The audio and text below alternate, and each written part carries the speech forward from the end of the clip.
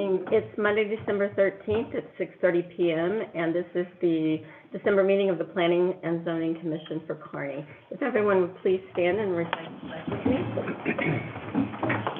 I pledge allegiance to the flag of the United States of America and to the republic for which it stands, one nation, under God, indivisible, with liberty and justice for all. Shelley, you have the opportunity to call roll. I have taken roll. Everybody is present, and you do have a quorum. All right, thank you. The first item then on the agenda this evening is the consent agenda, which consists of the approval of minutes from the November 8th meeting. Do we have any commission discussion? For approval. Second. I have a motion and a second. Any discussion? All those in favor? Aye. The next item then would be new business. 4A, the Jamestown Addition Phase 3 has been moved to the January meeting. So we will begin with the Kearney Crossing rezoning to Rp3, Rp4, and CP with concept plan, preliminary plat, and we're going to have a public hearing this evening. David, do you want to give your report? Yeah, and I'll have quite a few comments initially, and then the applicant will, they'll do a little presentation for the board too, so this might take a little bit of time. And with the Zoom, there's a few other moving pieces too, so please bear with me. And I would like to share, we'll do a share screen and go to the plan drawing so that people online can see a copy of this plan. Get to the right page here.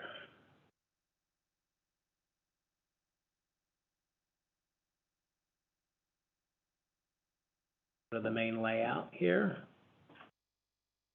So Kearney Crossing, PC Homes, represented by Patricia Jensen, is in the audience today, to rezone approximately 32 acres from general commercial and industrial to CP Commercial Plan District, Rp3 Medium Density Residential Plan District, and Rp4 High Density Planned District, High Density Residential Plan District. Property is located on the north side of 92 Highway at Bennett Boulevard. Actually, it's on both sides of Bennett Boulevard. There's a small piece on the east side of Bennett Boulevard, and then the majority of the property is on the west side of Bennett Boulevard. Kearney Crossing project includes 5 commercial building sites along 92 Highway frontage. 3 of those sites would be west of Bennett Boulevard, and they have direct access to 92 Highway, and then also an access to Bennett Boulevard. There are 2 commercial sites on the east side of Bennett Boulevard. Their access would be Bennett Boulevard, no access from 92 Highway, and then there would be a proposed self-storage facility at the north end of Bennett Boulevard where it intersects with Shanks Avenue. As far as the commercial plan proposes a reduced landscape buffer. If you can see the mouse on the screen or the little hand, where the townhomes back up to the north side of the commercial lots on the west side of Bennett Boulevard. They're proposing to reduce the 35-foot landscape buffer down to 20 feet. The landscape units, so the plantings, would still meet code requirements, just the width of that would be reduced. It's possible, though, that future site plans for the commercial area would still include a 35-foot buffer at that north side, but their request is for 20 in case they need additional parking or larger building or something of that nature.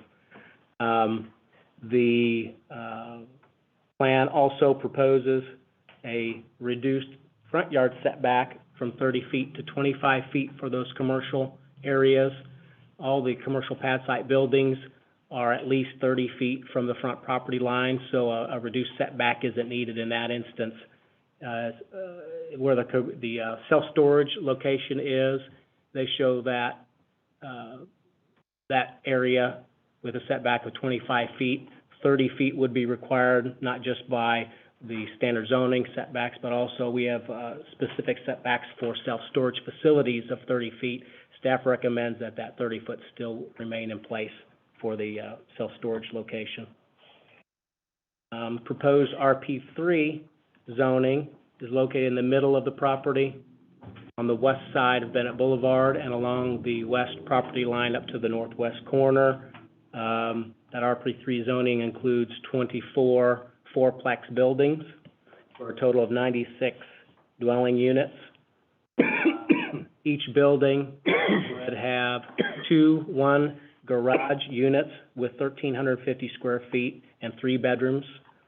The other 2 units in those buildings would be 2 garage units with 1,500 square feet per unit and also 3 bedrooms.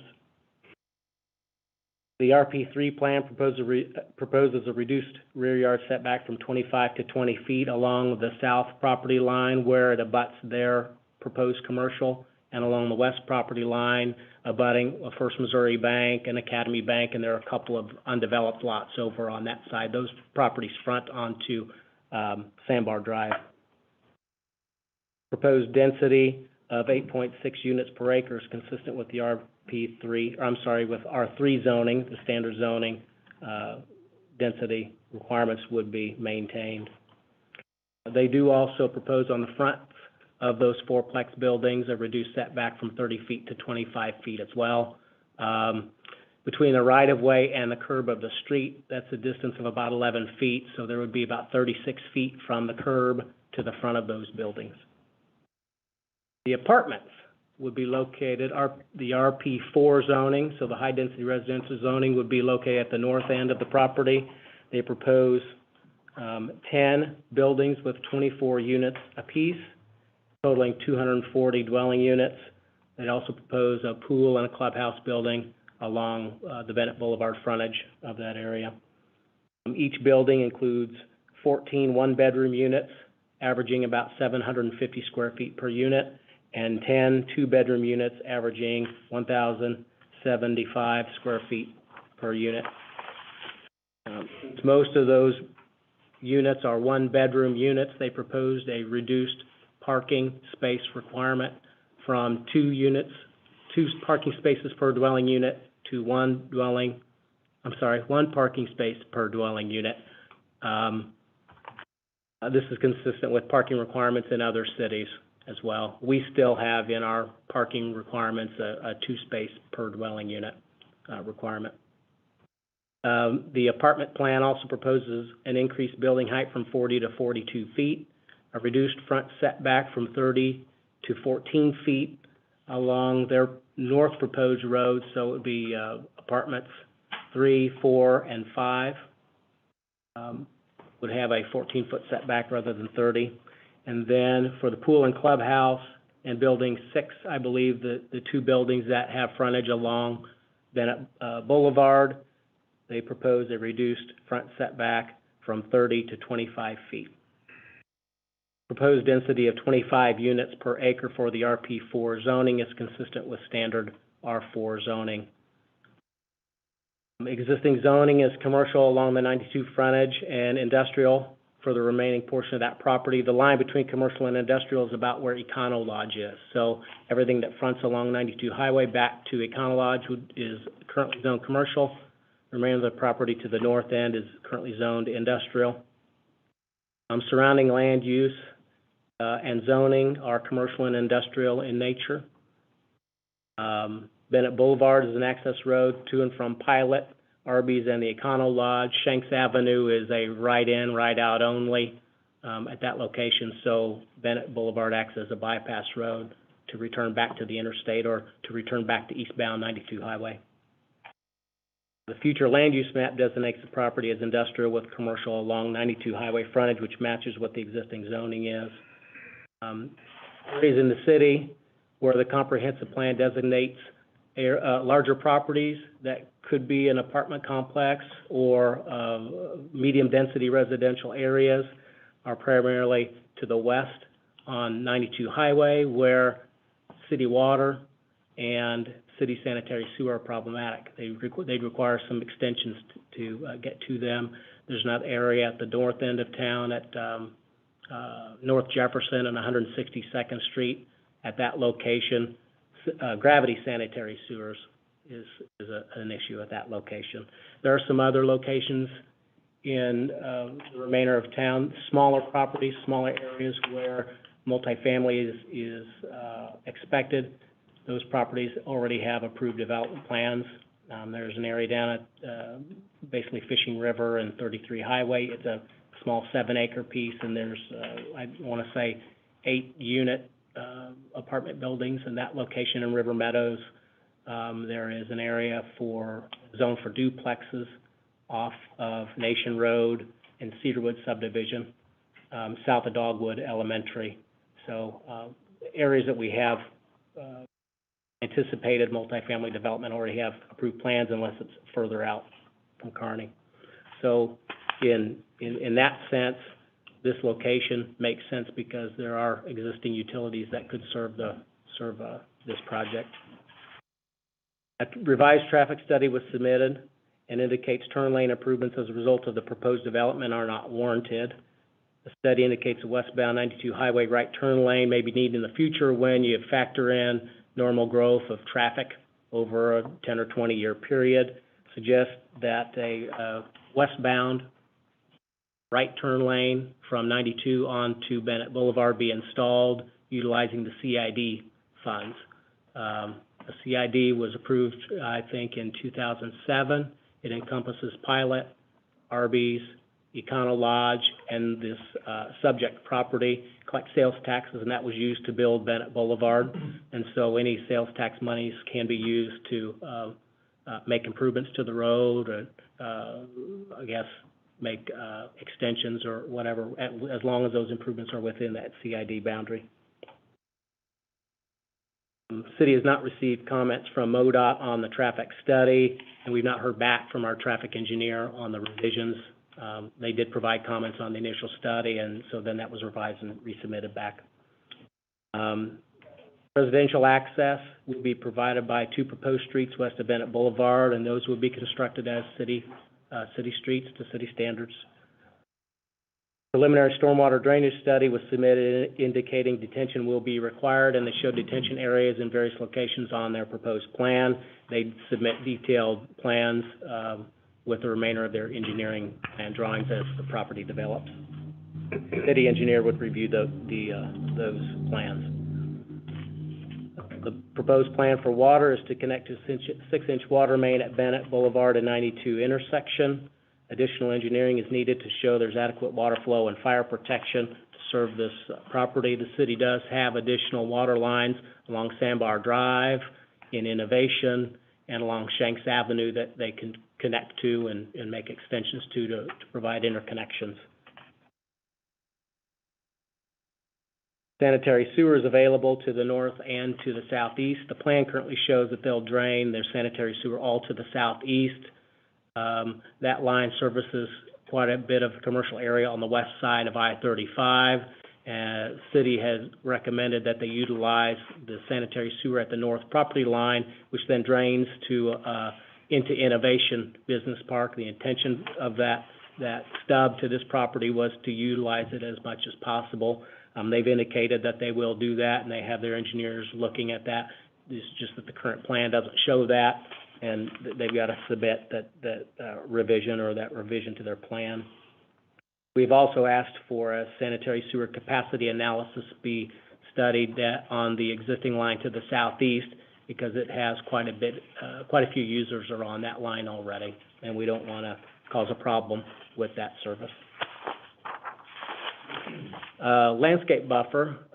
Typically, we require 35-foot landscape buffers with a point system for landscaping to be installed in that buffer when a non-residential property develops adjacent to residential.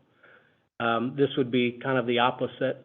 We're taking ground that we anticipate would develop as commercial or industrial, changing it to residential. At least that's what's proposed. Adjacent properties that aren't developed yet would then be required to install a landscape buffer along the frontage or along the property where they abut this property. As part of their application, they have accepted responsibility for that landscape buffer and will install equivalent landscaping on their side of the property line along where those undeveloped properties are, so that those properties don't have to accept that responsibility for the future landscape buffer. Staff would recommend approval of the proposed rezoning with concept plan and preliminary plat including the following conditions. One, that the proposed P district plan includes the following: rezoning concept plan as proposed, the CP area, reduced landscape buffer width from 35 to 20 feet along the adjacent Rp3 townhomes that they proposed west of Bennett Boulevard. The proposed reduced front setback from 30 to 25 feet in the remainder of that commercial district is something that staff did not recommend. You'll note in the staff report I've kind of drawn through that particular item. And also on the next comment, in the PP area, a reduced property line setback from 30 to 25 feet for the self-storage facility is not recommended by staff because we have additional self-storage requirements specific to that land use that would require a 30-foot setback from property lines. The plan includes Rp3 in the Rp3 area, reduced setback from 25 to 20 feet along the west property line and the south where they border their commercial area. Rp3, a reduced setback from 30 to 25 feet along the street, which is basically a front setback for the townhomes. The Rp4 area, increased maximum building height from 40 to 42. The Rp3 area, reduced front setback from 30 feet to 14 feet along the public street for the south side of apartment buildings 3 through 6. In the Rp4 area, a reduced front setback from 30 to 25 feet along Bennett Boulevard for the apartment building 6 and pool clubhouse building. In the Rp4 area, reduced parking spaces from 2 to 1.5 spaces per dwelling unit. And proposed landscape buffering along the west and north property lines as proposed. Condition number 2, additional revisions recommended by the P&Z if necessary. 3, MoDOT and city traffic engineering review and approval. 4, provide adequate stormwater detention per city engineer review. 5, provide adequate water service and fire flow. 6, provide adequate sanitary sewer service, including submittal of a sanitary sewer capacity analysis and utilization of sanitary sewer line at the north property line. 7, submit a copy of Corps engineer review and approval. The pond located in the middle of the property appears to be Corps of Engineers jurisdiction, so they are required to go through that process. 8, install a key box if required by the Kearney Fire and Rescue Protection District. That would happen as part of a building permit submittal. 9, submit a final plat and or commercial site plan for review and approval prior to public improvements and commercial building construction. 10, submit building permit applications prior to construction. 11, submit sign permit applications prior to sign installation. And 12, develop the project in compliance with all city codes, conditions, requirements, plans, and payment of fees and taxes. Application is scheduled for Board of Aldermen next week for a public hearing. Applicant is here, and I think they'd like to address the board before public hearing is open. We'll want to remind people, especially those online that might participate in the public hearing, be sure you state your name and address for the record before you speak. The applicant would like to go ahead and do their presentation. We can take a brief minute too. I'm going to disconnect my mouse and give them a pointer so they can advance slides. They've got a presentation. Okay. Might test. I'll pull up the presentation. Okay. And I think we've got our engineers online as well as our truck. Ooh. I want to use my mouse already. I can't use your mouse. Hold on just a second. I had it here. Here we go.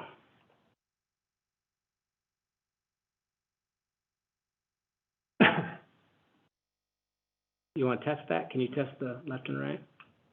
Okay. Looks like it works. Good evening, members of the Planning and Zoning Commission. My name is Patricia Jensen with the Ross Fritz Law Firm with offices located at 4510 Bellevue in Kansas City, Missouri. And standing beside me is Brian Mertz, with PC Homes, who is the applicant in this case. I think David gave a very thorough, staff report, and we certainly appreciate that. We appreciate all the work we've done with David as we've discussed this project and have moved forward on submittal of applications and plans and revisions to plans per the comments that we received from David. We also appreciate the work of Jeff Fort. We met with him on a couple of occasions to talk about the access drive on the north side of the apartment buildings to make sure that we could, that the fire department could adequately service them, and we made plan revisions as a result of that. So I've handed you out my PowerPoint presentation that will go through that, and then Brian will discuss the buildings and the development that he's planning on doing. You can see on this slide, we've outlined the property and the application plan boundaries in red. And what we're asking you to do is to rezone 31.76 acres from the ag to R3P, R4P, and commercial P. And then approve a site plan for the development of the multifamily apartment units, the townhouse units, the commercial space, and the mini storage, plus all the associated parking. And I believe during David's presentation, he said we were at one space. We are at 1.5 spaces per unit, which is correctly reflected in your staff report. Sorry if I was wrong. My brain had 1.5. I know. 1.5. Yes, we are, and we certainly. There is an aerial view of that property, and you can see that Bennett goes up and flows on the east side of the property. This is the zoning map that David referenced. It shows that the frontage is commercial, and then the back part is zoned industrially. I'm sure you're all familiar with these, so I will go through these photos fairly quickly. These are photos of the property. One is looking west at the property from Bennett, and one looks east from Academy Bank. The next slides go to 92 Highway. They look east at 92, and then they're looking west at 92 towards Sandbar Drive. The next set of slides looks east on 92 at the Bennett Boulevard intersection, and then we look north on Bennett Boulevard at the 92 Highway intersection. And then there's more slides looking at Bennett at 92, looking south on Bennett Boulevard, and then looking west on 92 Highway at Bennett Boulevard intersection. We've got a colored rendering of the site plan, so you can see that in front of you. And the buildings are colored in different, depending upon what they are. So starting at the top of the drawing, which is the most northern portion, that is the apartment building layout, and you can see all of those. Right underneath that is the townhouse layout, and beneath that is the commercial layout. The self-storage is more in the maroon color across Bennett Boulevard. These are closer ups of what we're proposing in terms of the commercial space. And then this is a closer up of both the townhouse, the apartment buildings, and the self-storage. I'm going to have Brian speak at this point. These are the multifamily elevations. If you don't know, Brian has developed, and I don't know how familiar you all are with Creekside Development, which is in Parkville, Missouri, and it is located at the intersection of 45 Highway and 435. We've developed 3 corners of that interstate and highway intersection, one of which includes 6 athletic baseball fields that are held for a lot of youth tournaments, so you all may know of that facility. And developed in Creekside is both the apartment buildings and the townhouses, similar to what we're proposing here. So with that, I'll let Brian go through that. Thank you, Patricia. I just want to go back to the site plan here real quick. I'm sure, very familiar with the property. When I was looking for a piece of land in Kearney to develop, several different business leaders kind of pointed me to this direction. Development has kind of passed this site over. The bars were only interested in selling to their entire piece of ground. So that's how this kind of came about. The banks have developed to the west of it, and then you have the Pilot and the Econo Lodge and Arby's to the east, and then industrial to the north. So when we were looking at it, it was, what is close to the highway, and so that was important for us from a multifamily standpoint, where we weren't embedding this into the middle of a subdivision. This had available utilities, and meeting with staff, we do think we can take about the northern half of the project to the North Sewer. So we're still doing the study.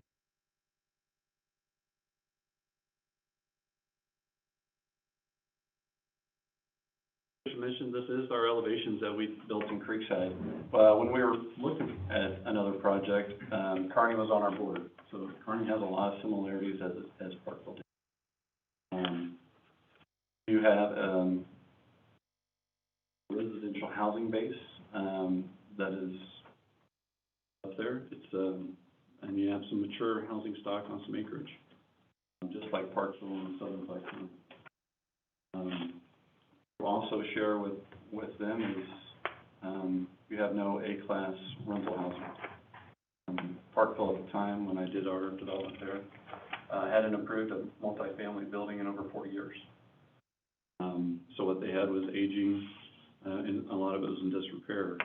And because I lived in near Parkville, is what happens when baby boomers' kids go to college or whatever and come back and their kids have kids? Where are they going to live? Or what if you're trying to get rid of your house on acreage and you want to downsize temporarily until you find another place? And so that's where our townhouse and apartment project came into play. So this is actual pictures we took over the weekend of the townhouse product. We alternate colors, all similar fronts. These colors also tie into the apartment building. So the entire project is developed kind of cohesively, and we think that's the benefit of a master plan community like this.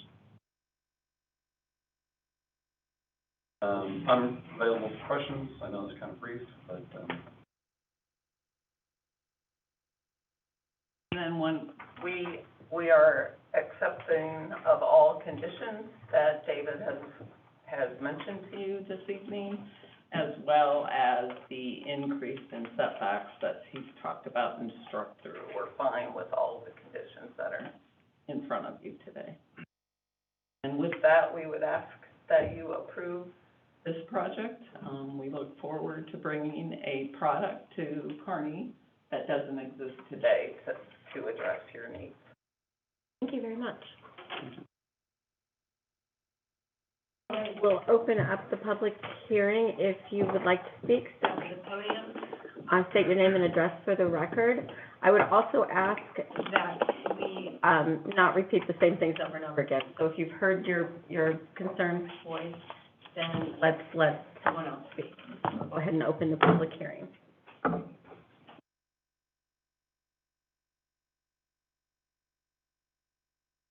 Madam Chair, members of the commission, for the record, my name is John Rowe. I'm an attorney with the Rowe Law Firm. My address is 4444 North Bellevue Avenue, Suite 208, and that's Kansas City. I'm here tonight representing Star Development Corporation, and the principal of that entity is Tim Harris, and he's here tonight as well. I also represent Robertson Properties, Inc. Both of these entities are landowners that are adjacent to the property that's the subject of the rezoning request tonight.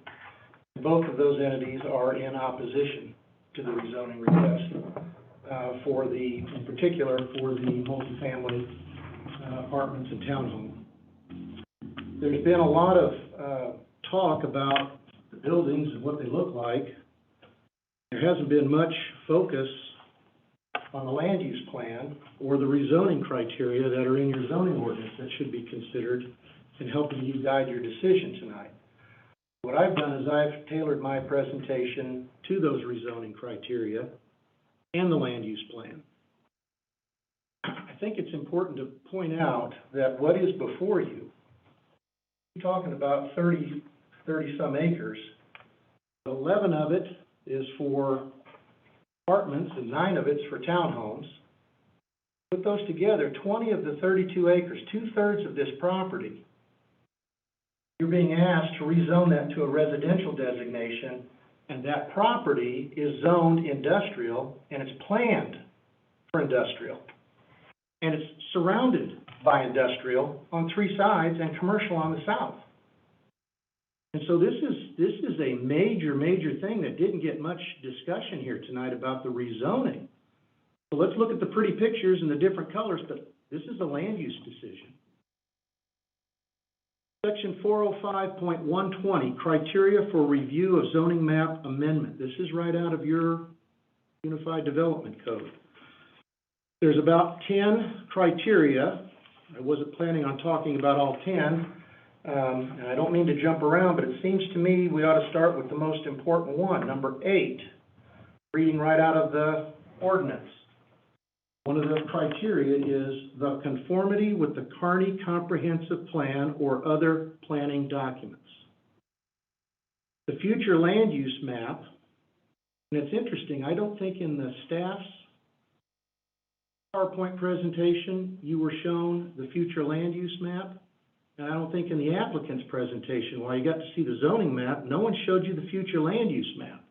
I don't know, David, do you have that handy or not? I have it. I've got it in the back. Well, here, I might have it here. Some people call this old school. I went old Mm-hmm. school. I got it, blew it up, and put it on a board so we can all see it. And if, Madam Chair, if I could approach just a little bit, don't want to invade your space. But this is your future land use map. And interesting thing, right at the top, 2016. The applicant doesn't get to stand up here and say, oh, we're talking about a plan that's, 18 years out of date or something like that. These land use plans are developed to guide city decisions for 20 years into the future. This is a 2016 future land use map. We're in the first quarter of what you folks adopted. I'm looking at it upside down here, but I'm going to point to, there's the curve. You can all recognize the curve of Bennett Road right there. And this kind of dashed line, that's Shanks, but according to the legend, that's, at some point in the future, that's a future road. But the property that we're talking about right now on both sides of Bennett is in purple. And the code for purple is industrial. Now, Robertson Properties owns the property that's on the east, kind of the northeast portion of what's for rezoning. His property is in purple. He made business investment decisions to buy this property believing that not only was it zoned industrial, that's what the zoning map shows, but it's planned for industrial into the future. And nobody mentioned this. Kearney's got this innovation industrial park up here. That's developing with new buildings. That's industrial. What's to the north of the subject property? More industrial. It's industrial on the west, it's industrial on the east, it's industrial on the north, and it's commercial on the south. And Mr. Harris owns property, Star Development, on the south side of 92, and he's very concerned about the ability for patrons to get in and out of those properties and his property, because this is going to be a mess with all of these units dumping traffic out here right in the middle of slow-moving 18-wheelers that are all at the Pilot truck stop right there. Let's talk a little bit more about this land use plan, because I'm sure the applicant's going to come up here after me and say, oh, land use plans, they're just a guide, they're not the law, you can disregard them, they have to change. It's a guide, But you just don't disregard it willy-nilly when the first person come along, grabbing the lowest hanging fruit, grabs it and says, I want to stick residential right in the middle of a sea of industrial zoning and right in the middle of a sea of industrially planned property. That's a spot zone for the benefit of one person. Comprehensive plan and the future land use map shouldn't be disregarded lightly. Let's just look at what some of the text of the land use plan says. And we'll read from page 2. The use of land is a significant part of the community's vision for the future. The framework element of the comprehensive plan serves as the basis by which the city will make land use decisions. That's the basis for your land use decision, and it shows industrial, not residential, not apartments, not townhomes. Continuing on page 2, this framework or blueprint identifies a long-range development strategy to guide decision-making, zoning changes, future land uses, and redevelopment and development opportunities. It defines where and how future development is to occur. This plan doesn't say that multifamily should go there. The elements of this framework will help facilitate the desired growth pattern for Kearney to grow gracefully. Continuing, I'm not going to read the whole thing. These are just selected provisions to emphasize the point. You just don't take a look at this and stick it on a shelf and ignore it. A community's comprehensive plan is a framework for the future. It is a comprehensive document, long range in its view, and is intended to guide development in the community over a period of 20 years. The plan sets forth public policies that will be followed regarding growth, development, and redevelopment. The information and concepts presented in the plan are intended to guide local decisions on both public and private uses of land, as well as the provision of public facilities and infrastructure. The map, referring to this blow-up that I brought you, the map is an idealized picture of how the land use pattern of Kearney should unfold in the future. This document is telling you that this property should unfold as industrial going into the future. And we shouldn't be changing it to shoehorn apartments and townhomes in an area where people have made buying and other investment decisions based on this plan for commercial and industrial, not residential. In your framework, you also have what's called a preferred direction map, 2016. That map shows the subject property as an employment industrial area. Apartments and townhomes are contrary to this preferred direction map. Future land use is this is page 87, by the way. Future land use is the foundation of the comprehensive plan. It forms the basis for policies on development and redevelopment. Therefore, it must represent the best practices available to decision makers and complement planning goals, strategies, and statements contained in the plan. The future land use map is used along with the plan's written strategies and policies to help guide future decision making.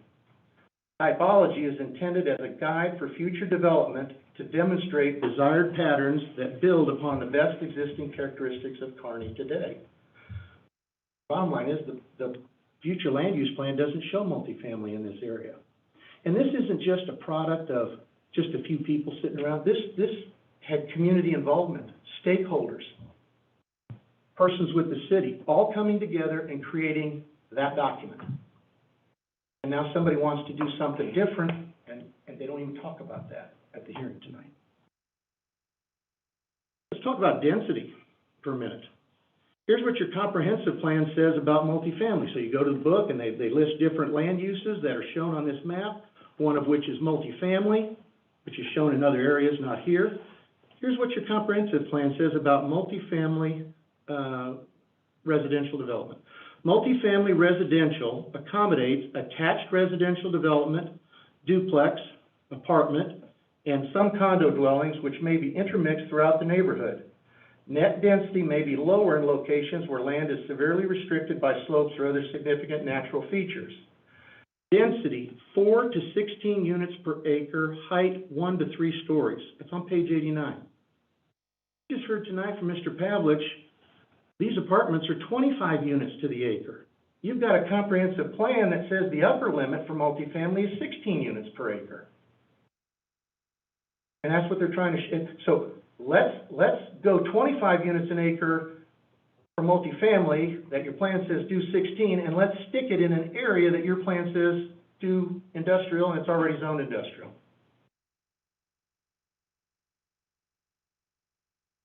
Here's what your plan says about the industrial land use designation, purple. Industrial uses generally include manufacturing, warehousing, wholesale, and industrial uses. Because this use category is intended to promote the economic viability of manufacturing and industrial uses and encourage employment growth, residential uses are prohibited and other non-industrial uses are restricted. Mr. Robertson has a tract of ground that's zoned industrial, planned for industrial. He bought it that way, and he adjoins a piece of property that now you're being asked to make residential. You know, in 10 years from now, the people who live there are going to be built-in opponents when somebody wants to put an industrial use there, and somebody's going to say, well, the applicant took care of the buffer requirements. Those people aren't going to care about that. They're going to say there's going to be noise, odor, vibrations. It's an industrial area. You shouldn't do that.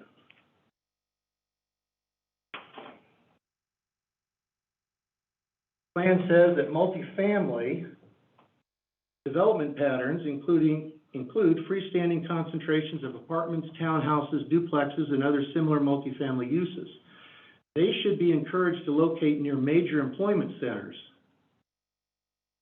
Major employment centers are on the other side of I-35, the west side of 35.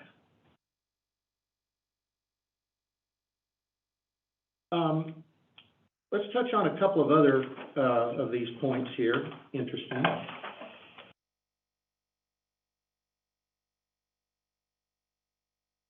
I'll take two of them together here. Point number one under your review criteria says you're supposed to look at the existing uses of the subject property and uses of adjacent and near property. And number two says, let's look at the current zoning of the subject property and adjacent or nearby properties. The uses of adjacent property militate in favor of a denial of this rezoning application for townhomes and apartments. Directly adjacent on the east is a pilot truck stop. This pilot travel center and truck care center generates a tremendous amount of truck traffic that uses Bennett Boulevard. And Bennett Boulevard is exactly where this plan proposes to dump all of the residential traffic from the apartments and townhomes onto. So that residential traffic would be highly incompatible with 18-wheelers. There's a lot of them. There's an industrial park being developed directly to the north. We talked about that on Premier and Innovation Drive. You've got commercial uses to the east and west sides, and on the south side of 92. This just isn't the right place. Townhomes and apartments, as shown by your master plan. Current zoning of the subject property is C, which is a general commercial district along the north side of 92. To a depth of about the midpoint of the existing motel property. The balance is zoned industrial. So, interesting, when you go to your zoning ordinance and look up the industrial district, 405.500, it says this district is established for industrial uses which do not require large amounts of land, generate modest amounts of traffic, are consistent with the capacity and availability of public and private services, and get this, and do not permit the intermixing of residential uses. Property owned by Robertson on the east of where the apartments are planned is zoned industrial. This request flies right in the face of the do not permit the intermixing of residential uses.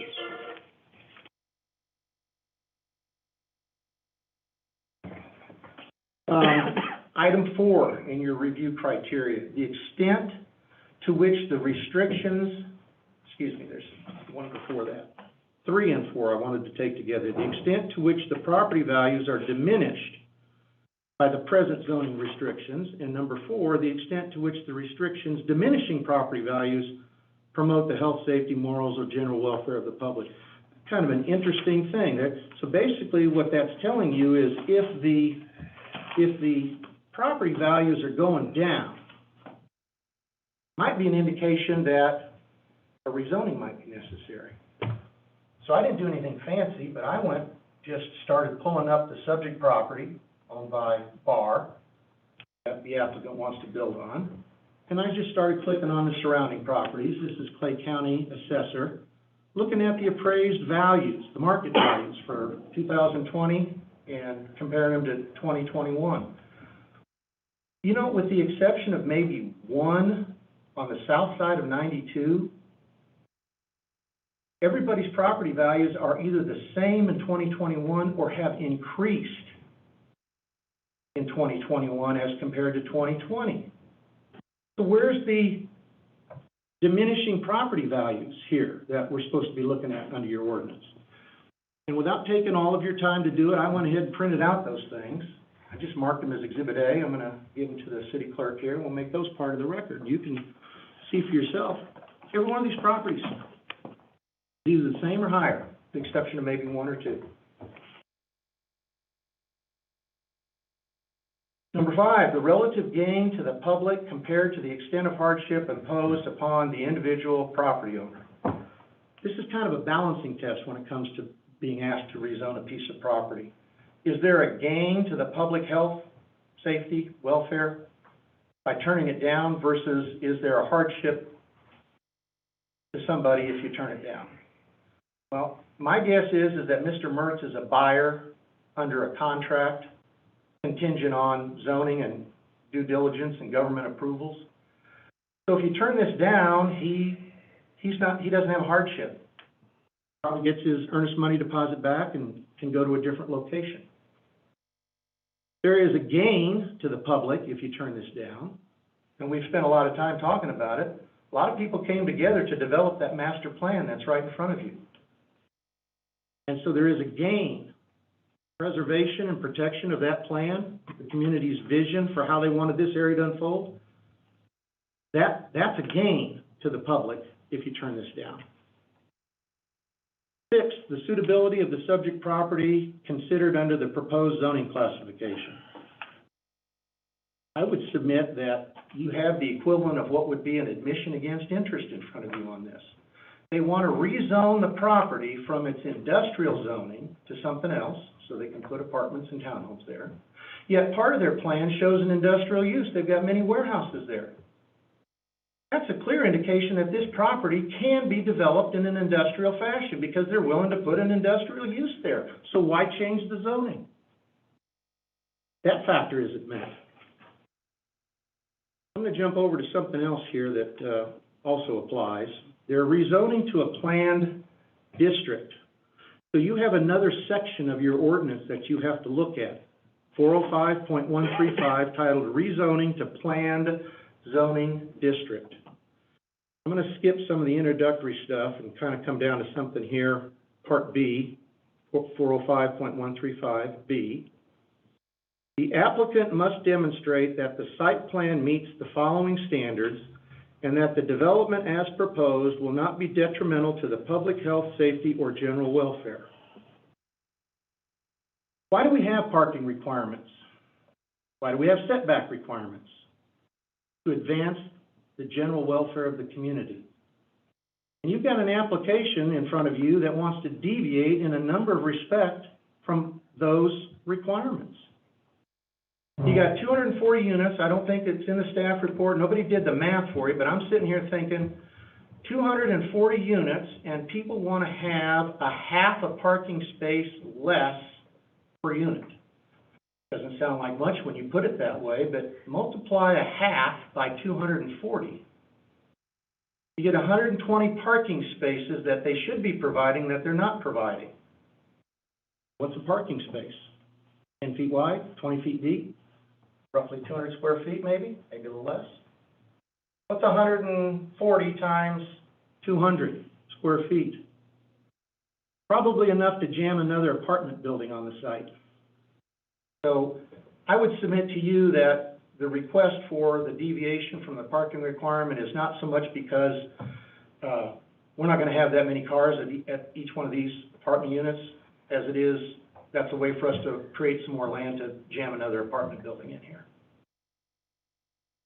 But the point is, you have an ordinance that says two spaces per unit, and you're deviating from it, and so you're not following that. That doesn't follow promote the general welfare.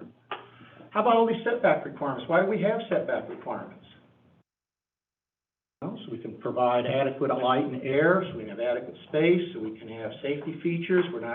Maybe we don't have kids playing or running across the street or what have you. Well, a lot of those deviations, you go from 35 feet to 20 feet. Let's do the math in our head. That's a 40% deviation. 40%. There was another one, I was scribbling down as fast as I could. There's another one where they want to have, what was it? It was 20 feet versus 15 feet versus 35 feet. It's a 51% deviation. All these deviations, now let's connect the dots. I want to have all these deviations. I want to have 140 less parking spaces. I want these units to be closer than they're supposed to be. And once you give me all that stuff, and I haven't given you the the sewage capacity study yet, we don't have MoDOT's final letter yet, but go ahead and approve all of this stuff, and let's put it in an area that's already zoned industrial and planned for industrial. Not passing the city's tests here. In fact, one of these site criteria, the development shall provide adequate parking and safe access to and from public streets. Asking for a big deviation from that. The other thing I guess I would mention here is there wasn't any talk, not enough talk about this intermingling of these trucks. All of the trucks, and there's a lot of them there at that pilot location. They're coming south on Bennett Boulevard so they can make a left and get over to the highway.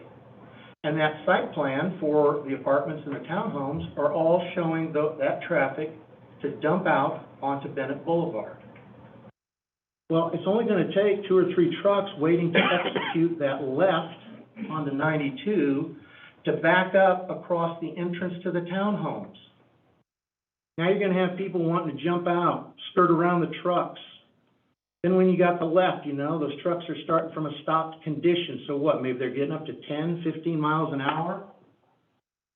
There's going to be people wanting to jump around them, get around them. I got to get to the intersection. I can't wait for this slow-moving truck. That's why this isn't the proper area for this. It may be a good project in another location. Not a good project at this location.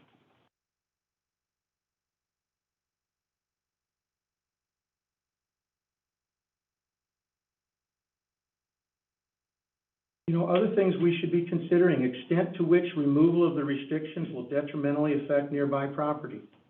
Just talked about the things that a traffic study doesn't take into account. The traffic study is not going to take into account that the townhome units don't appear to have basements. So people are going to be filling up their garages, which is where they're going to tell you that's where all the parking is going to be. They're going to fill up the garages, and then they're going to park in the driveway or where else? On the street. Then they're going to have visitors come over. Those visitors are going to park in the street. We really don't have any provision for, kids are going to want to run over to Taco Bell at the pilot truck stop. There's a lot of things here that need to be taken into account, and when you take them into account, all of those factors, when you add them up, militate towards a recommendation of denial of the multifamily and the townhome component of this plan. With that, on behalf of Star Development and Robertson Properties, we respectfully ask for the Planning Commission's recommendation of denial of this project because it's all intertwined.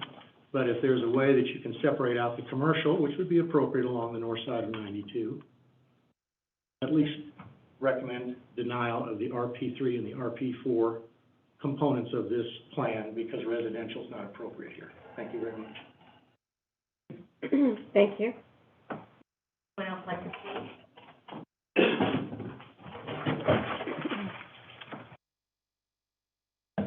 Robert Del Puente, 2107 Honolulu, here in Kearney.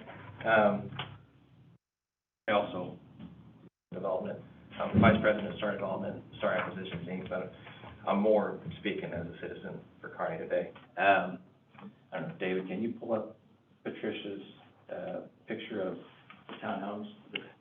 Yeah. From her presentation? From her presentation. Was that another page here? Or do you mean Maybe it's a little the further aerial down. view or? They had Or an pictures elevation. of trucks Okay. parked in front of there. Here? So, yeah, those driveways look like they're about a car deep. I'm not gonna go over a lot of what John already said. You've got 4 units. Most of these are probably gonna have 2 or 3 cars apiece. I don't know where you park these things. If you go back to the overall site layout, these driveways are right next to each other. There's not a lot of green space between them. They're gonna have to back out and park on Bennett. I don't know how that's gonna work. I don't know where the kids are gonna be able to ride their bikes. Is it gonna be safe with the 18-wheelers coming down? And some of this stuff may meet code. It sounds like not all of it does, but I think we have to look at it with a critical eye. That's just not the best use for this particular parcel. It's gonna be full parking lots, or full driveways with on-street parking on either side. You're gonna have 1 lane to go through, and it's just gonna get confusing. And then to John's point, you get through, David, did you say there's no traffic improvements required?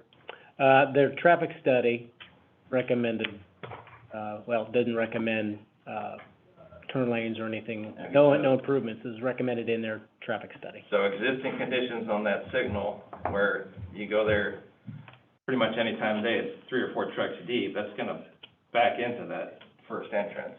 They're gonna have to go back through the second or third entrance. Just doesn't make a lot of sense. If you look at it, there's no backyard, there's a one car driveway. I don't know if the school district's been spoken to. Do they have the capacity to absorb all this on this side of the highway? They're provided a copy of the applications when they come in, and we've not received comments from the school district. There's not a lot of good frontage for commercial industrial in Kearney. This is one of them. There's a lot of undeveloped ground in Kearney for multifamily where this could go and work. So the commercial is fine, the industrial looks fine. I think the access on the commercial needs some work. I have a real concern with dumping all the trips from multifamily here. That exit from the truck stop. That's all I've got. Thank you. Anyone else like to speak? Yeah, I can.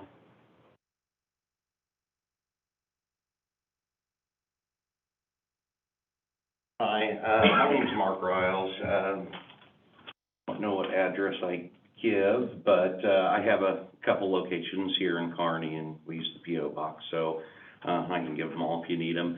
I've actually talked to David quite a bit, and Brian as well, both nice, great guys. I think we've gotten pretty far through the project as far as what I thought would make me happy. I own property on, what would that be, the west side? On Sandbar Over there Drive? on Sandbar, the 425 Sandbar. I think it's right around 3 acres. It's there on the left-hand Yeah, we can side of the go screen. this property Yeah. to the north of First Missouri Bank. Yeah, so we were in front of everyone, I think 11 months ago, 12 months ago. We rezoned it, got rid of some easements. We were gonna do storage over there. And what Mr. Mertz, the storage that he's doing, it's not bothersome to us at all, you know, being competitive. But our main concern, and David had addressed this, I think Brian had as well, with us buying industrial or the commercial property in that park, we just thought that there may be a negative impact, at least on my property, from residential coming right up against that. I think that's the reason for the buffer going into that area. And that made us happy because, of course, you know, putting the buffer on our side, it would have pushed us 55 to 65 feet from our property line.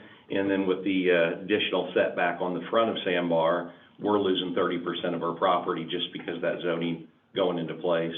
I didn't give it too much thought when we bought the property, but I knew it was industrial or commercial on that side, on the 32 acres. But I don't think more than anything, I was wanting everyone around that new development or what's being proposed that no one be negatively impacted, but I'm only a small owner of that area. But one thing, so I like the design, but again, I know nothing about residential, I know nothing about apartments or townhomes, but that's the only thing I could see, just a negative impact on the property.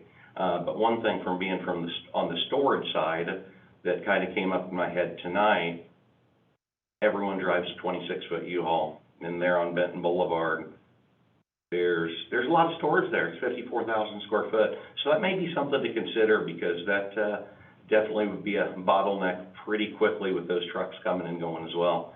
There's a lot of activity at those storage facilities, unfortunately. So, but that's the only thing I wanted to put in there, and David had addressed that. We had talked quite a few times with the buffer being put on his side, and glad, I'm fortunate that Brian, it seems like he's a good developer that, listened to my concerns as well. So, I just been trying to figure out if there was any other negative impacts that it would have on the property. Obviously, we talked about, a facade or having to dress it up a little bit more, which, could cost me $100,000 to make the storage units look nice on the backside. But unfortunately, I don't know if there's any other negative impacts from townhomes being on the backsides of the storage. Usually all of our facilities, we don't have them next to apartments and townhomes, so I don't know what kind of impact could be had, but I could only guess that you could maybe have a lot of foot traffic back and forth and other things going on as well. So, but I didn't want to try to boo-hoo the plan too much, because he's doing storage, I'm in storage, and I didn't want it to look like that I'm trying to stop anything. But anyways, that was kind of my 2 cents on it. I just didn't want it to impact the property and make it useless for us over on that side. And the other thing is too, we're in the middle of planning on our property. We zoned it first, and it's been so hard to get anything done with engineers this year. It's taken a lot longer than what it usually does. So that's all I wanted to kind of put in there, and I think David's addressed everything else, and you guys probably already know about it anyways. So I appreciate it. Thank you. Thank you.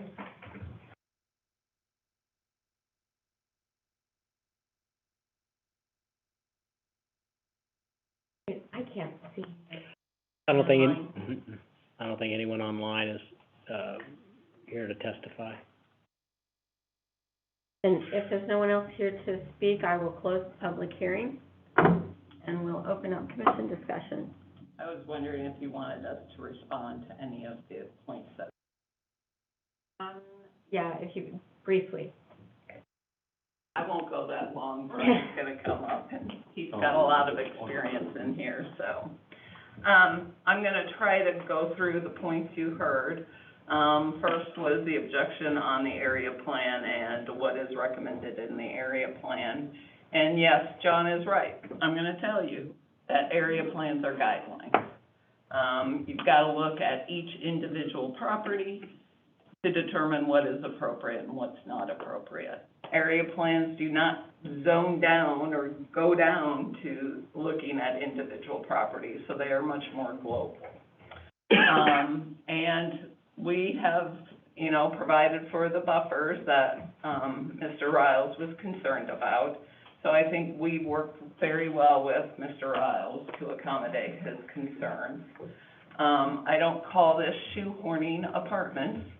Our density is permitted in the Rp4 zoning district, so we aren't shoehorning anything into this plan.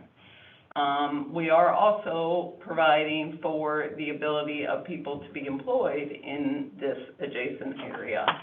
And I need to note that this property hasn't developed ever developed. So looking at really what is appropriate here is good, and you can't just wait for industrial development at some point down in the road. The other criteria that Mr. Rowe mentioned was looking at the review of the adjacent uses and zoning, to determine what's appropriate next to each other. I will note that at, Missouri Highway 210, if you're familiar with that area, and Brighton Avenue in Kansas City, Missouri, STAR just had an MPD zoning for what is called Brighton Industrial, which is a, a warehouse industrial type uses right next to a residential neighborhood. So I believe, based on their experience, they feel that that does not impact adjacent residential properties either. And I believe that they felt that that was a suitable land use next to the Shoto Estates neighborhood. The parking space amounts, we've got 1.5 parking spaces per unit, based on Brian's experience, and he can tell you that. He feels very comfortable that that suits the needs of the individual units. And I know Mr. De La Fuente brought in and was concerned about that, but we've got,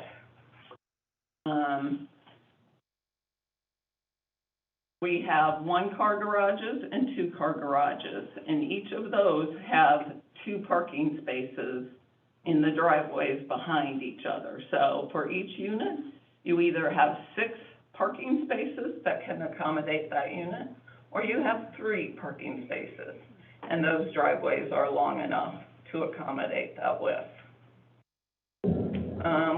With that, I'll let Mr. Mertz address any other issues that... Yeah. So I think Mr. Rowe brought up some valid points that should be looked upon. I mean, I'm not trying to come up here and lie to you. I was invited to come to Kearney to look at your guys' city. I am an outsider. We talked and found a place that would make sense for this product. We worked with city staff, and we feel like, and according to Mr. Pavlich's report, we accommodate a lot of the zoning requirements that the city is looking for. Yes, we're looking for some waivers, I guess, to that, but we've met with surrounding property owners. We've listened to their concerns. We feel like we've put that onus on us because we're kind of coming in where they're already zoned commercial, and we understand that. We don't want to put a burden on them. We did, our traffic study says originally that we did have a turn lane coming from Bennett, a second turn lane going eastbound on the 92. The engineer, it wasn't needed. Our data was flawed that we used. We overcounted trucks. Listen, if the traffic study says I have to do a second lane, I do a second lane. I mean, this isn't, we're not trying to pull one over here. So listen to whatever comments you have. We'll make changes and adjustments if we can. I believe the parking at 1.5 per apartment is needed. That's 1 per bedroom. I don't think any more than that is required. I mean, if you look at underwriting, when you try to do financing on these things, 1.5 is a threshold. Kansas City, it's 1. And we think 1 is enough.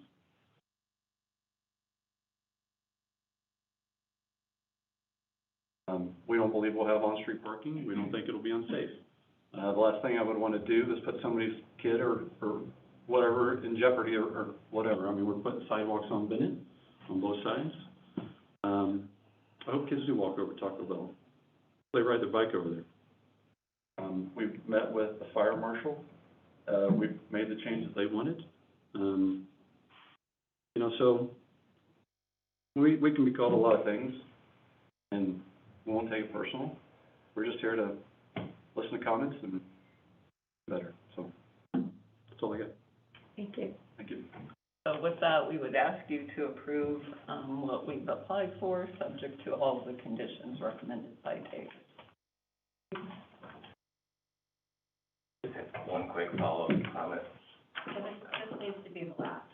we could go back and Patricia forth. mentioned a development that we've done at 210 in Brighton that she represented us on, kind of calling me a hypocrite in that fashion.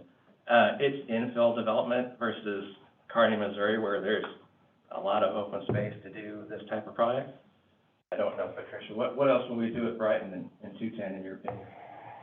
I'm not saying that was wrong. There- It's really. Okay, so we're now not talking Nobody- about our project, so Right. let's wrap this up and let's talk about this Okay. project, okay? All right, that's it, I just Right. wanted to mention that. Thank you very much. Okay, the public hearing is now closed. Do we have commission discussion?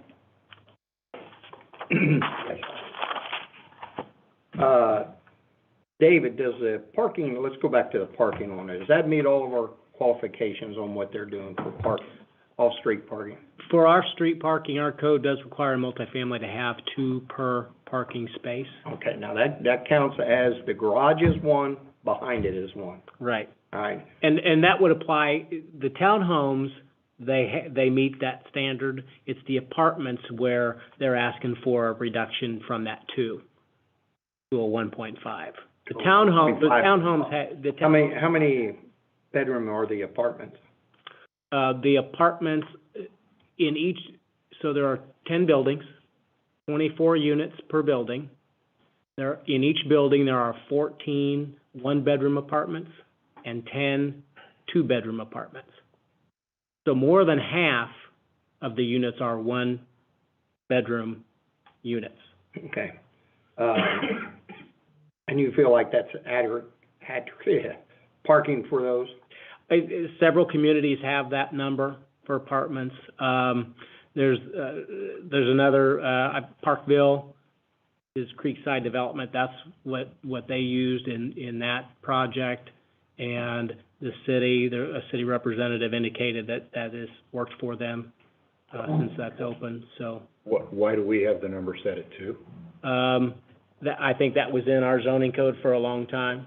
Yeah, and It just carried over. it was put in there for a reason on some development that was going on at that time. That's what I'm wondering, is why, if we put it in there as 2, why? It was before, I think Okay. that was a carryover from older codes. I think that came about back when there were some, homes being built that didn't have 2 off-street parking. And that was put in at that time, years ago. The other thing I have a problem with is a lot of these, setbacks being changed. I'm definitely not in favor of changing any of these setbacks like that. Some of them are drastic. You know, here's one, reduce the front setback from 30 to 14 foot along the street to the south side of apartment buildings. That's a lot. So I have a problem with changing any of the setbacks on all of these. And the other thing I have a big problem with is Bennett Boulevard. I have a business right there at that corner. I see it every day. Trucks backing up and 2 get through the light, maybe 3 when he's running the light. I mean, I see it all day long, every day. Project like this was to go in. Bennett Boulevard needs to be addressed seriously. Got to be widened. I can see one lane going in, but you got to have 2, 3 lanes coming out of it, all the way back to the north end of that, all the way out. That, I will not approve this unless I'm pretty sure that Bennett Boulevard gets looked at, something done with it. I agree with that, I mean, they're backing up in there like crazy. I see it every day, all day long. I went out there after we got this, and at one point I saw 7 trucks and 3 cars. Stoplight. I mean, And we're you're right. talking of, 2.5 of them got through it. you know, if this project was completely done, 600 cars a day coming in and out of there? We got a problem with Bennett Boulevard now.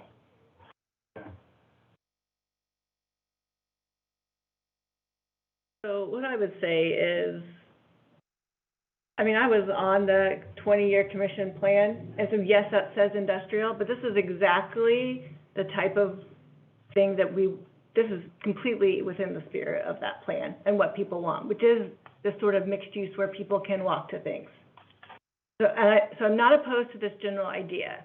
I think the general idea is great, and I don't even think the location is bad, because, by the way, we need multifamily housing, and nobody wants it by their subdivision in their house with their big fancy houses. It offends everyone, so it's got to go somewhere.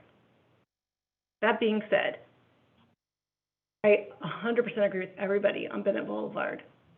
It is a disaster if you want to go to that pilot or to the Arby's and then you're trying to leave and take a turn in it's 3 or 4 semis and then you have to wait because only 2 can get through. It is a complete disaster. And I have a hard time, as much as I think that Kearney needs multifamily housing,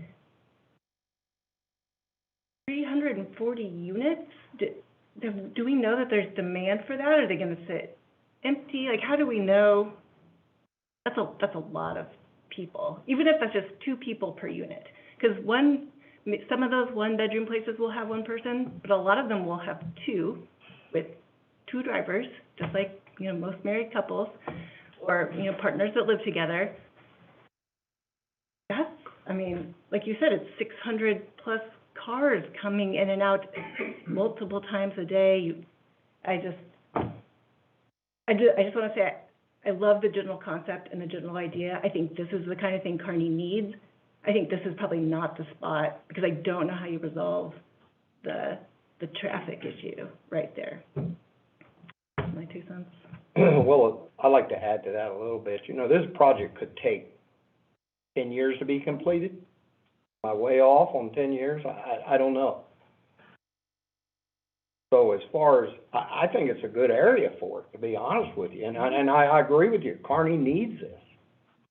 But I just feel like Bennett Boulevard needs to be addressed big time before we dump all them cars on it. Hey, if you could go out, I don't know, it's just,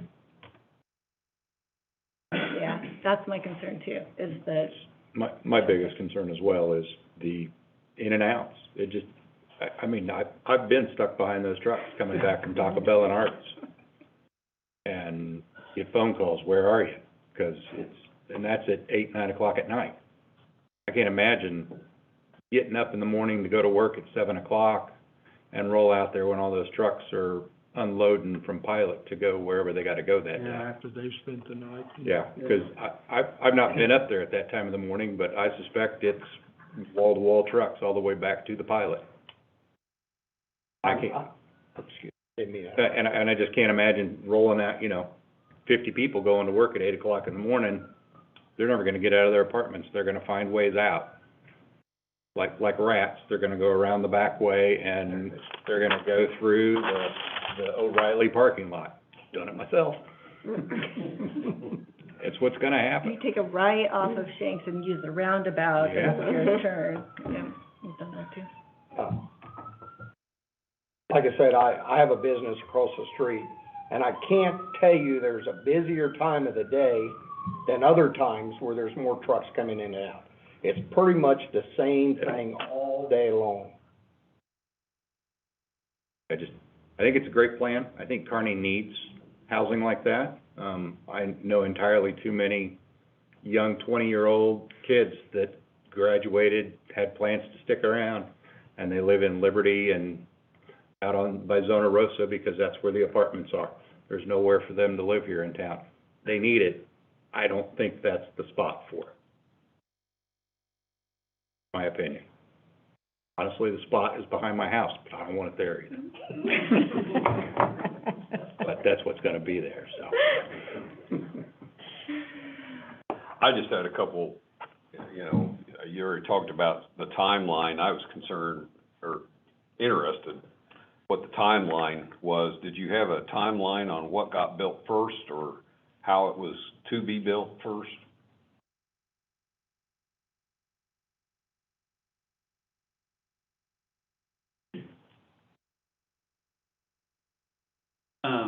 Yeah, so the timeline is, to get this, we'll put all the streets in at one time, just because.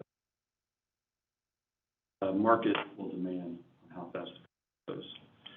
We think we will see townhome absorption faster than apartment absorption, just because of the outstanding need for. If I had a crystal ball, I would say you're looking at a 3 to 5 year plan. Looking at what? A 3 to 5 year plan to get full absorption on townhomes and apartments. With the commercial lagging, I mean, commercial is just a different beast. The right user for the right spot. And we hear you on the Bennett. Like I said before, if it's a turn lane, it's a turn lane. I mean, we're like, safety is important to us, just like you. And I don't live here. I'm an outsider, like I said. You guys know what it's like. So we're not saying we won't do that. A couple other questions. You can probably answer these too. Are you owning this Yes. project? You're not building it for someone? For myself. Okay. And then the townhomes, are you planning on selling them or renting them? Those are a rental product. Those are what? The townhomes, it's a rental. They're rentals? Yes. All I got.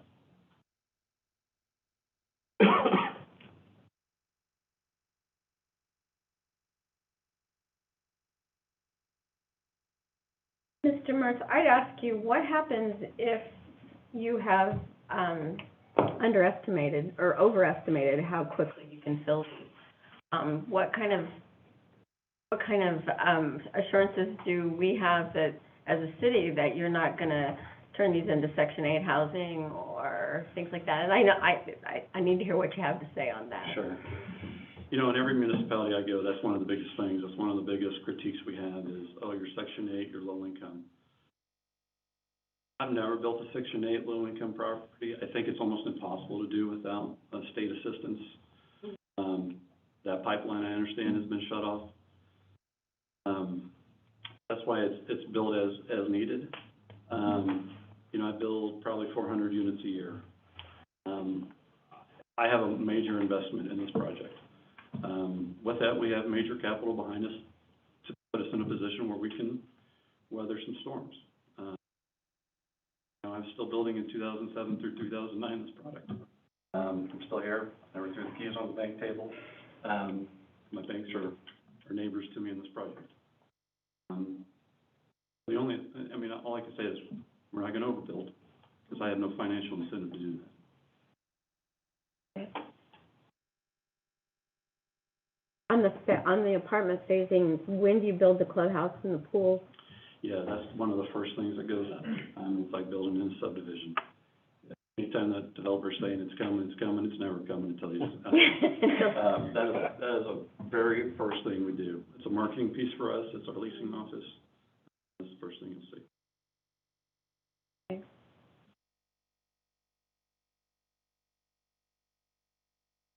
I'm sorry, I'm reading through my notes. Have you done a market study that shows that we could fill 340 units?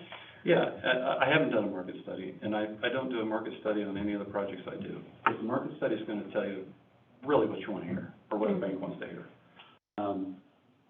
I go off what I know and feel from people that live in the city. I see what the demographics are and the points that you're missing in your housing base. You're missing this in your housing base. Mm-hmm. Now, do I think I can fill 340 in 12 months? No. That's why it's built as we go.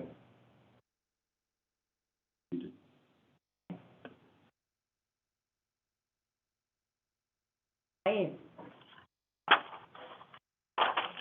don't like the idea of doing a lot of compromise on the setbacks. I feel like you set the setbacks there. I would be concerned with these apartments, and I don't know what the name of this street is, but the apartments to the west, or not apartments, I'm sorry, the duplexes or fourplexes, townhomes to the west there, that are going to be backed up to industrial, and then we're asking for smaller setbacks. You know, I just feel like that's a bad plan. I feel like those people need to have distance from commercial property, whether it's a bank or whatever it is. So I don't like that. I agree with you. I think that this is really, I'm not opposed to putting it here. But I have a lot of concerns in that. I think everybody on this board knows that I am a multi-family champion. I believe that we need to have this kind of development because I think you have to represent every person in the community. And, you know, I have a daughter who's 30, and honestly, you know, the median income or the median housing prices here, as a young professional, she can't afford to buy a $350,000 or $400,000 house. So I have some real concerns. I would like to see this kind of property come in so that we can keep those people in the community. Having said that, I don't know that I can, as it is, I don't know that I can vote to approve this. I love the commercial in front, but I don't think I can, not as it is. I would like to maybe see if we can't work to bring something back that's maybe not quite so dense. And maybe the money doesn't work out that way.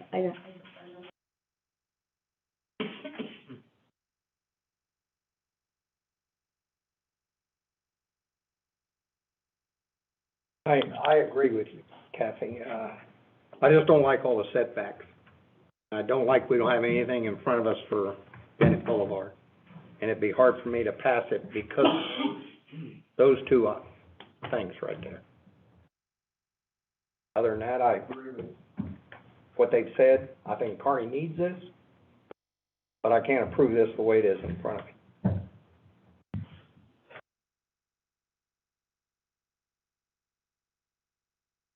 Bennett Boulevard's a big one too. It really needs to be. Yeah, I mean, if you're going to bring in 480 people, and they're going to come in and out twice a day, you're talking about 1,000 trips. That big math. I'm not good at math, but big math. You know, you're talking about 1,000 people coming in and out of that intersection. And I just don't think that one street is going to handle all of that.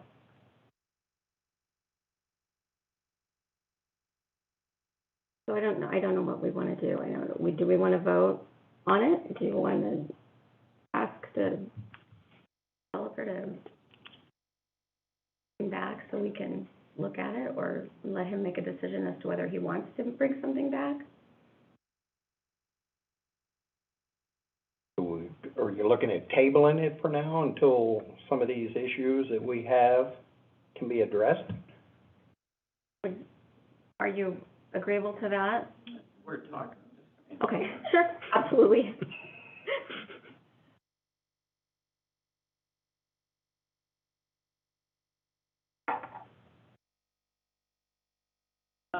Your next meeting is January 10th, correct? Probably second Monday in January. I believe that is. I think we're agreeable to continuing it to January 10th, so we have the opportunity to address some of your Bennett concerns, and Okay. and your setbacks. We'll take we'll relook at the setback issues. But Okay, thank you very much. Ask Dave a question. You're gonna have a traffic study of some kind by that time? I would think that we would have comments back by that time. yeah, we already do have a traffic study, you have and we one. received comments from your traffic engineer, John Zimmerman, and we revised our traffic study, so. And, Is MoDOT doing a traffic study or no? they submitted a MoDOT, but MoDOT, I don't think I've not heard anything from MoDOT, I don't know. It went to MoDOT, Do you so. expect to have their Oh, yes. response back by the 10th? Oh, yes. Okay. You know, you can do all kinds of traffic studies. But when I sit there and see it all day long, I know what needs to be done. Okay, well, but you don't have an engineering degree. So. That's right. All right. Well, then I would entertain a motion to table this until the January 10th meeting. Make the motion to, table it until the January 10th. I have a motion and a second. Any other discussion? All those in favor?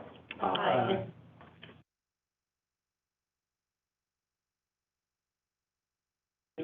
Thank Yeah, you. and we'll notify the board next week. You know, we go ahead and schedule the public hearings because we just have to schedule the public hearing. And so, Board of Aldermen will, table theirs to that second January meeting, so that they can get a recommendation from the P and Z. No, All right, thank you, David. no, I've seen it. Okay, the next item on tonight's agenda is the frontages. Okay, Belfonte, rezoning to CP with concept plan, site plan, and we'll also be having a public hearing on that as well. Right. Okay, do you have a report for that? Yeah. Do you want to wait a minute and give them an opportunity to move, or?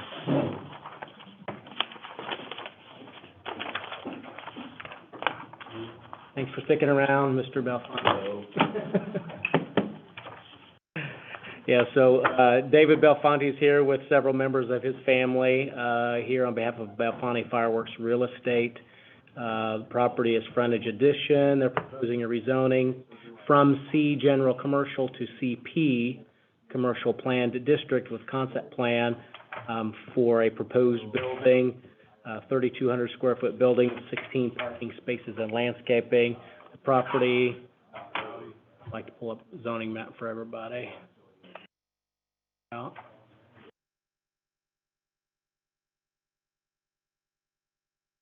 Property is, if you access through for McDonald's and the gas station, which is going to be a Casey's, if you've not heard that, they purchased that and they're remodeling. This would be the area on the north side of the gas station at the northeast corner of McDonald's. An old picture? Yeah, 'cause it should be Is it have the old mosaic, Is it yeah. the old mosaic? that's further up. Oh, there okay. it is. Still there. All right. Yeah, so this empty area would be phase 2 or lot 2 on that mosaic plan years ago when that came through. Okay. No access being proposed through there though, if you notice that on the plan. So, this building would be a permanent site for retail fireworks sales and retail sales of other seasonal items outside the fireworks season. City codes allow fireworks sales through a limited period of June 20th through July 5th, something like that. So in the off-season, then you might see mums or who knows what goes on. The rug guy who likes to sit in his van over at the gas station, I don't know who, but they know retail sales. If you know the Belfonte name, they know what people like and what to sell to them. Elevations show a metal building with light-colored stone walls, stone-colored walls, blue roof, and stone veneer wainscot around the base of the building on the south and west sides, and then also veneer around the customer entrance of that building. The elevations were in your packet. We can pull those up too, if you'd like to see those. Access to the site provided by a shared driveway with the gas station and McDonald's, and that shared access carries on through the deeds of those properties as they've developed over the last 30 or 40 years. Increased traffic at this location has been a concern of the various boards. The proposal here is to rezone from C General Commercial to the Plan District, and on top of that, we'd approve a plan for this building and the parking spaces, but they would restrict drive-through or other motor vehicle-oriented businesses from the property. So basically, not really downzoning, but not allowing certain uses that would otherwise be allowed, understanding that traffic is the concern, and they understand that the board's worried about increased traffic there. So thinking this use limited to like seasonal sales, and then the fireworks at certain times of the year might be a good compromise for developing this site, because traffic generated by this use would be less than another use. especially if it was a drive-through like a Starbucks or something like that, or another sandwich restaurant or something. Public notice was posted in the Kearney Courier on December 9th and 16th. There's a sanitary sewer main located on the east side of the property. It's actually on the property. And then there's a water main that runs through the shared driveway with McDonald's. It's kind of in their parking lot island, that they're building. There's a manhole at the northeast corner of the McDonald's site. City engineer to approve the site plan recommended a stormwater pipe be used if a location can be coordinated with the adjacent property owner to the east. There's the drainage way that runs north and south through there, and that goes under 92 Highway, passes by Quick Trip. That's the drainage area that we're talking about there. Kearney Fire would probably require a key box at the entrance, and then because of the materials that would be stored inside of the building, there's some building code issues with meeting fire codes, so it will be a sprinkled building, if not other fire suppression needs, but that's a kind of a building permit issue. Staff would recommend approval of the proposed rezoning with concept plan with the following conditions. One, the rezoning with concept plan is approved per the following. So the plan as it's presented today, plus no drive-through or motor vehicle-orientated business allowed on that property. The only way to change that would be go back through a rezoning hearing.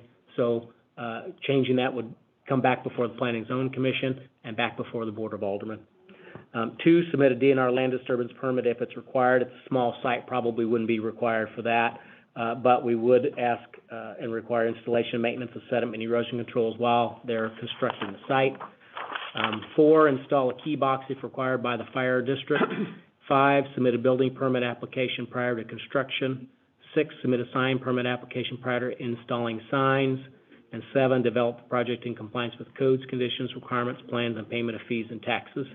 This application before the Board of Aldermen at their meeting next week pending recommendation from Planning and Zoning Commission. Mr. Belfanti's here if anybody has questions. I'll pull up the site plan sheet in case anybody wanted to point anything out from that. Do you have anything to add, or would you just like us to go ahead and open the? I was just gonna give you a little background. Sure, absolutely. Thank you, Madam Chair, and members of the Planning and Zoning. My name's David Belfanti. I'm one of the owners of Belfanti Real Estate and LLC. Today I'm here with my wife Christy, my son Henry, my son Johnny, and my daughter Kristen. We've been in the fireworks business for 16 years, and it's always been a family business for us, and really have enjoyed doing it. Over that time, we've operated both tents and storefronts. We currently operate a business in the Kearney County limits off of A Highway and 92 Highway. I don't know if you guys have probably seen it through the fireworks season. We've been out there quite a while now. Our family is looking forward to being a part of the Kearney business community should our site get passed. And again, I'd be happy to answer any questions that you might have for me. Okay, thank you. Go ahead and open the public hearing. If you would like to speak for or against, step to the podium, state your name and address for the record, and we will be happy to hear you. I see nobody in the building. David, is there anybody online? We have someone online. I don't recognize Scott's name, but I think maybe he's an engineer for one of the applicants today. She said they had an engineer on the line. Yeah. That's if Scott, who's online, is here to speak for or against this application, please maybe unmute yourself and let us know. I was here for Kearney Crossing. Okay, thanks a lot. Yep. So you're good. Yep. All right, thank you. All right, we'll close the public hearing and open commission discussion. I have two things. First thing is, there is no road there. So do you have an agreement with McDonald's and with the owners of the gas station for an increase? Yes, there is an easement already developed on that to that property. Yeah, Kent, that shows up in the deeds. That's one of the things I looked at too. I didn't want to get into that. Yeah, there's a road there. No, there There's is an not. alley there. We had that fight about 10 years ago, With so. Mosaic, we did, but I feel like we condemned an alley. Now, there, on the Mosaic plan, if you remember, they had a plan that showed an in access through that driveway, and as part of the approval, that access back and forth through this shared driveway was removed as part of that plan. On their plan, if you notice, they've got, they're proposing a curb line up here at that, or let me see if I can get this zoomed in. So they're proposing a curb line, which would, you know, kind of add to that and not allow traffic to go further north. That shared driveway is for McDonald's and for this tract and for the gas station only, and not for additional properties to the north. As long as that's all understood, I don't want one of those two businesses saying, hey, I don't like your fireworks business anymore, keep your damn cars off my lot. So. Right. It could happen. The second thing I have is your elevations, and, I'm sorry, I'm not gonna vote for anything that's got metal showing to the south or the west. It's not going to. We gotta have something that looks like something. That's the entrance to the town.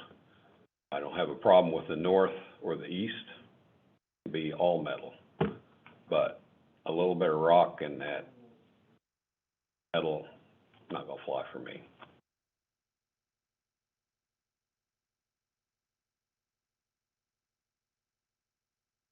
How tall is this building? At 16 feet. Like the night to talk about the 20-year, you know, plan. And I share a similar concern with you, because that was one of the sort of clear overarching messages, was the appearance and how Kearney looks. Like, we don't want to be a stop and grab something and leave community. We want people to come and be there, and people are really concerned with maintaining that small town feel and the look. And I also have concerns about, I just don't want on the interstate people to drive by and be like, oh, look, it's Bethany, and there's the big fireworks place, or you can go up to, it doesn't go with what I heard from all those people when I sat there in 2016. Seems like it was I feel longer ago. What people wanted. I also, it confuses me a little how a fireworks place, I guess you could sell other things, but what will you sell? And it seems weird to approve a building for fireworks that can only sell fireworks for like 3 weeks or whatever. You're gonna do other things. 2 weeks. Yeah. 14 days. Aren't they planning on selling year-round, David? Originally, we would have loved to sell it year-round. Yeah. But, since the city has the ordinance for 2 weeks, that's when, but the Missouri law, they state you can legally sell to Missouri residents 2 times a year. One being the fireworks season, the other being the, New Year's from, December 20th through July 1st. January. January. But some cities recognize that and some don't. Kearney doesn't recognize that. So, then if you are selling fireworks throughout the year, you couldn't sell to Missouri residents. And if you do sell to Missouri residents, they have to sign a waiver that they are not lighting the fireworks in the Missouri area. It'd have to be out of state.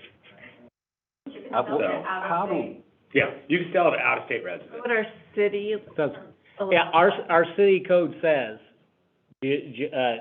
whatever the days are, June 20th to July 5th Yes.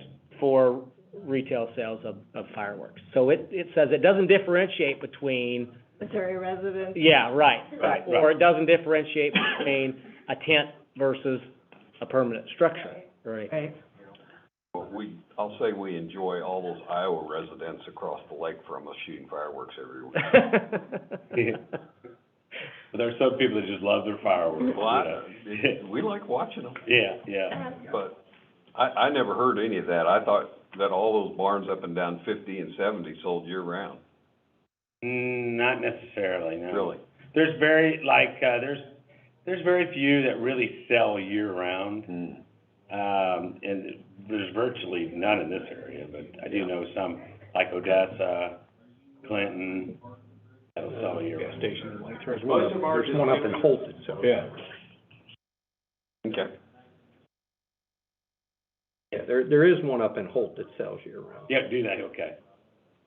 I You mean, said you had- again, I'd love to be able to sell year-round, but, I understand the ordinance, Dave. Yeah, we talked about that up front when we first had conversations too, because I'm a little familiar with that, so we want to share that. Right. How many other locations that do you have that are permanent structured buildings?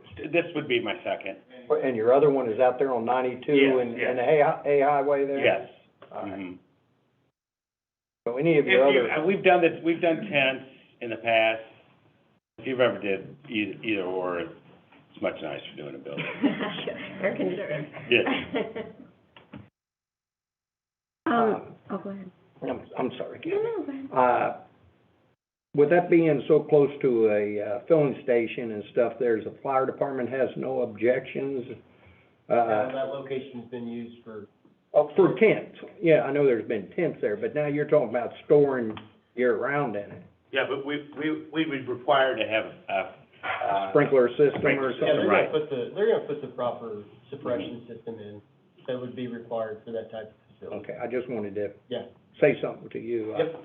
David told me that earlier today, Right. but I just wanted to, and, Their retail merchant's license be just like any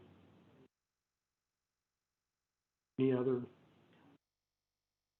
Yeah, they would end up getting a city occupation license for, retail sales at this location.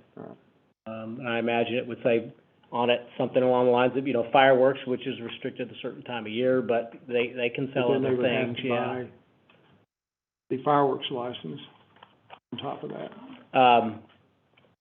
That I don't know. I think you open a can of worms. Yeah, if we'll you have to don't. look at that. We'll have to look at that, because I know that, what question? I think he's talking about a tent license. He's talking about every year, if you install a fireworks tent, you've got to get the annual permit for that tent. And so it's a $1,500 fee, I think, for that window of fireworks. Right. And that's what he's referencing to. Oh, okay. Yeah. You have to get a state, you also have to get a state permit You gotta- before you can even get your local permit. Right. So, okay. I would be curious to know that, though. If they do have to Right, buy the regular permit like anybody else. right. I'll have to look, yeah. And there's Well, we would Yeah. agree to. Yeah. I mean, I would think we would have to plan on it. We so- do in the county, So, we yeah, have to for the county. The one out there on 92. yeah. I go by that all the time, Yeah, so I'm familiar with it. It's in a liquor license, Mm-hmm. yeah. You gotta buy that on top of your merchant's license. Yeah, we had planned on that. They restrict the number of, fireworks places inside the city. They used to. Used to, but not anymore. Okay, that's fine. Not anymore. In fact, I think last year, I almost want to say that there might be one or two fewer than there had been in the past, actually. There was one last. 'Cause that one was missing, the one that's normally there. Okay. I don't think it was there this year. No. It went up and down. I think there were real two, Parcel quit doing them.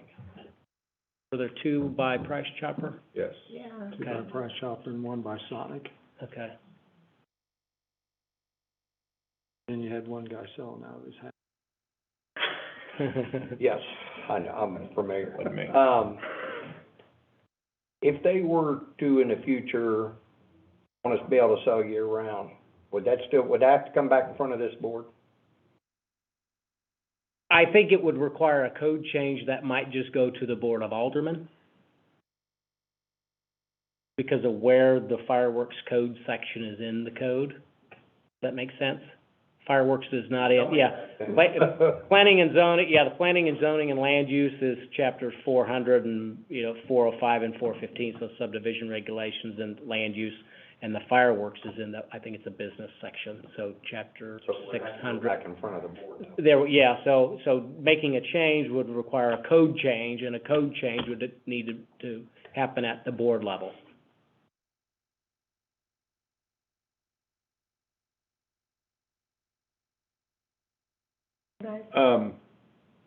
No questions. I'm just gonna kind of echo Kent's and her comments that the buildings, I'm hard pressed to say yay if it's gonna look like that.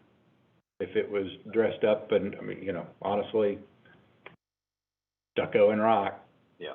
Make it look like it was, it's not a barn in the middle of town. Yeah, I mean, if it's there's a lot of ways you can go to dress it, whether it be the corner walls,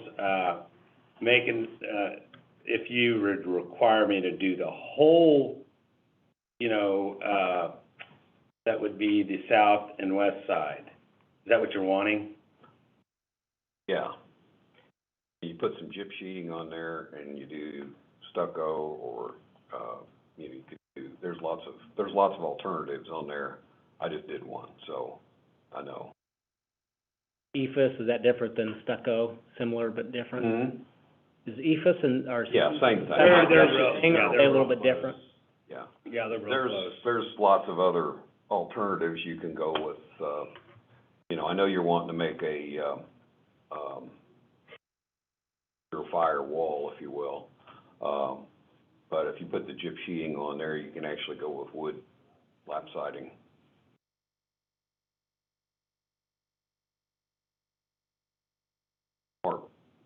Smart lap, Mm-hmm. You know what I'm talking about? Mm-hmm. Pre-finished smart lap. I actually just did it in Smithville. So we put gyp sheeting on metal studs and, Yeah, it looks really nice. I think so. Well, I guarantee you, Smithville, they were hard ass on me on that stuff. And, yeah, I mean, they wouldn't even look at the project until I showed them elevations that faced 169 and Price Chopper, that were not metal. And I agree with them. It makes a good looking building, and, the project looks great over there. I don't know if you've been over there or not. No. No, but I would agree to do the, southwest sides of the building. Basically, the frontage side Right, is right. what we're talking about. I'd agree to do it, because then I may even make it a little shorter. We'll see, but I would agree to do that. Well, let's get I was gonna say, if, that's fine, let's put that on the, as part of the approval that by, what timeline? well, the Board of Aldermen will be next week. Is that gonna be quick enough for you to I can get, together? you think we can get something together that look pretty, that? Now I need to come up here. Good evening, members of the commission. John Erpelding, I'm with Olson, civil engineer representing Belfonte. We're also, put together the renderings here and work with them on that. And we could continue, obviously, here in the next week to, work with David and with Belfonte on what that material would be, and then dress up these elevations easily. I think it's a matter of coming to an agreement on what it is they want to propose. That's all, Yeah. stuff that people are driving by on the interstate and the people that are driving down 92, that what they're gonna see is what I'm concerned about. Yeah, this is the gateway to our community. So, I appreciate that. we want to make sure that it looks inviting and. It's a little more expensive, but your building will be worth a lot more, when you do it that way. And David, one of the things that we talked about was the additional kinds of things that you could sell out of there. And I'm concerned a little bit because I've tried to leave that parking lot. And it's obviously, it should be right in, right out. I mean, it really should at that point. And there are a lot of people that are trying to scoot across, make it a left turn out of the McDonald's parking lot. And by adding more people here, trying to do that, I'm not saying that we should stop the project for that. No, I share, because, and I totally understand it, because even my communications with MoDOT, they shared that there's a big concern with the backup there, even though, you know, they approved the existing use as being okay for this entrance, and I think, our family and I would share your concerns. Like, we were talking about just having, like, even if we did like, Halloween sales, like Halloween items, you know, like, whether it be, your mask and things like, that's not gonna draw a lot of traffic. There's nothing, you know, because I even feel like no matter what we decide to do, it's gonna have to be presented back to the city in order to get the business permit, which we would understand. The city's gonna continue looking at this property and be very concerned with the traffic going in and out, and we're gonna share with them that. You know, it's just the fact that I would like to be able to, on the other months of the year, maybe figure out some way to generate some income out of the property, with understanding, you know, with the concerns of traffic being an issue. Sure, I understand that. So, for my own historical background, why can there not be a road from there that goes back to the Mosaic, that there's another way out? The issue is the location of that shared driveway is so close to the interstate that when you add more uses, or especially on an eastbound left turn lane, or an eastbound left turn movement, that you run the risk of traffic backing up, and when it backs up, then it could get into the operations of the interstate and the on and off ramp. I'm talking about, yeah, she's talking Yeah. about going north out of the property and tying into Mosaic.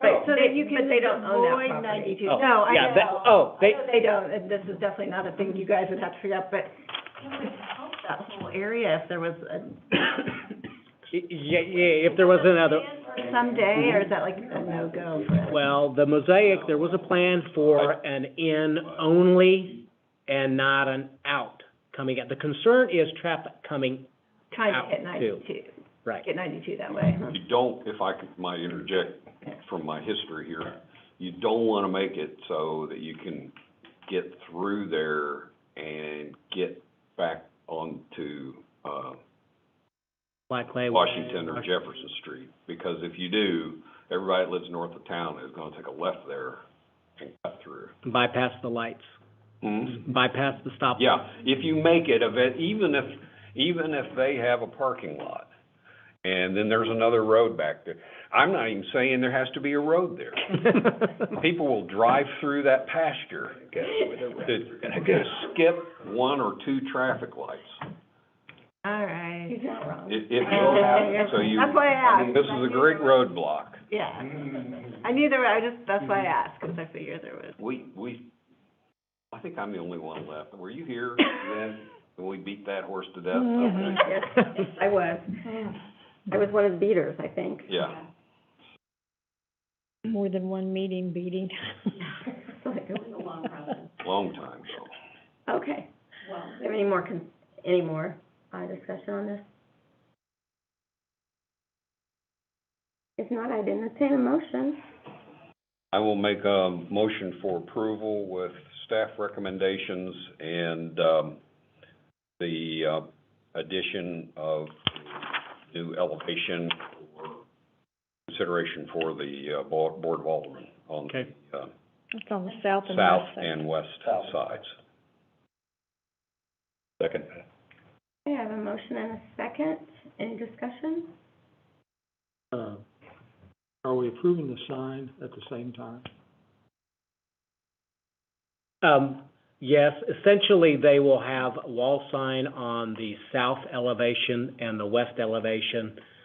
They will come in and get a sign permit, and that's a staff level review. So what we look at is, where the signs are on the building, and we make sure that they're less than 10%. And their signs comply with our code requirements. Okay. Not asking for any kind of a sign out on 92 though, right? No, just the buildings, just the signs on the building are what was included in their I would like to, application. Mr. Woods, I know you have property that butts up to this. Are you familiar did you want to speak? I mean, we had something earlier and you never. I have no objections. Okay. Okay, So are we done with the discussion? I have a motion and a second. All those in favor? Aye. Opposed? Motion carries. We'll see you next week. Thank you very much.